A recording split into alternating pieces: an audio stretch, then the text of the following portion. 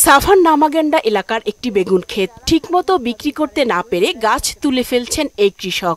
আর যেটুকু বিক্রি করতে পারবেন তার বাজার মূল্য পাল্লা প্রতি 25 থেকে 30 টাকার বেশি হবে না বলে জানান এই চাষি। বেগুন বাজারে নিয়ে যায় মনে করেন 30 টাকা পল্লা, 40 টাকা পল্লা, মানে পল্লা চুক্তি দেওয়া হয়। 5 কেজি 25 টাকা। বেচতে গেলে মনে করেন বাজার কম রেটে বেচা লাগে। অথচ সেখান থেকে মাত্র 20 কিলোমিটার দূরত্বে রাজধানীর মিরপুরের একটি কাঁচা বাজারে ঠিক উল্টো চিত্র। এখানে বেগুন বিক্রি হচ্ছে 50 থেকে 70 টাকা পর্যন্ত।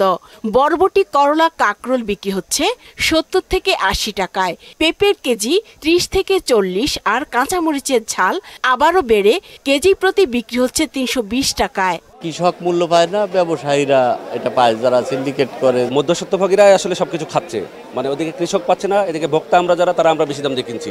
স্বস্তি নেই মাছের বাজারেও। এখানেও মধ্যস্বত্বভোগীদের দৌরাত্মের অভিযোগ ক্রেতাদের। বাজার মনিটরিংটা যদি বাড়ানো হয় তাহলে বাজারের যে দ্রব্যমূল্যের দাম আছে এটা অনেকটা কমে আসবে। সমুদ্রের থেকে উঠতেছে, ওঠার পরে আবার এক গ্রুপ নিয়ে আসতেছে, সেখান থেকে আবার আরেক গ্রুপ আনতেছে।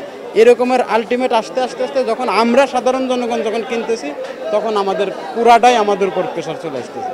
সদ্য শেষ হওয়া অর্থ বছরে আমন ধানের রেকর্ড উৎপাদন হয়েছে, তারপরও কেবলমাত্র সিন্ডিকেটের কারণে দাম বাড়ানো হচ্ছে বলে অভিযোগ ক্রেতাদের। এদিকে কিছুতেই লাগাম টানা যাচ্ছে না চালের বাজারে। পর্যাপ্ত সরবরাহ থাকার পরও অতিরিক্ত মুনাফার আশায় চাল মজুত করে দাম বাড়ানো হচ্ছে বলে দাবি করেন খুচরা ব্যবসায়ীরা। গত সপ্তাহ চাইতে এই সপ্তাহে আরো 50 টাকা বাড়তি সব চাইলে।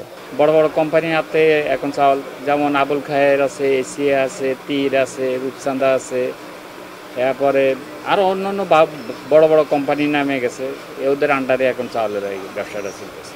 অন্যদিকে রাজধানীর মিরপুর 6 নম্বর বাজারের একটি মুরগির দোকানে ওজনে কারসাজির অভিযোগ করেছেন ক্রেতারা। ডিজিটাল মিটার ভিতরে উনি বাটখারা কেন ইউজ করবে?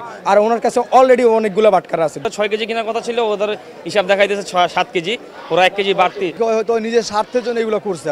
উষা ফেরদৌস, মোহনা সংবাদ, ঢাকা।